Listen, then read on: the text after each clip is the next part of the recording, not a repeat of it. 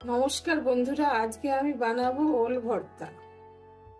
প্রথমে ওলটাকে ভালো করে ছাড়িয়ে পিস পিস করে নিলাম।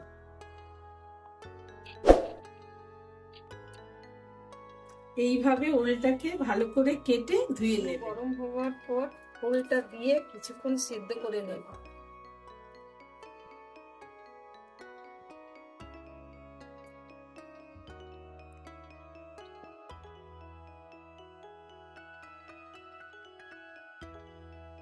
সিদ্ধ হয়ে গেল, এবার তুলে নিলাম।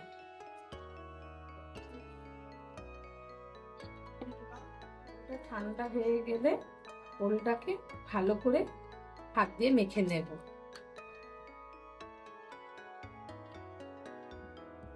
মাখতে মাখতে নুন, কাঁচা লঙ্কা,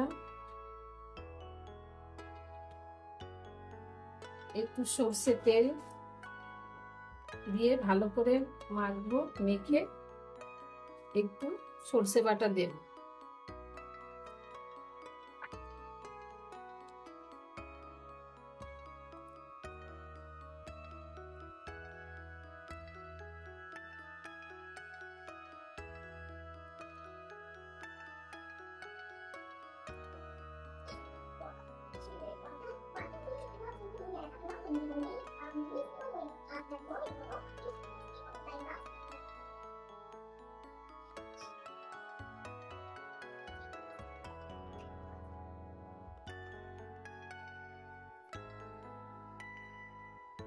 দেখুন ভালো করে মাখানো হয়ে গেছে। এরপরে আমি একটু ওলে লেবু রস দিয়ে দিলাম।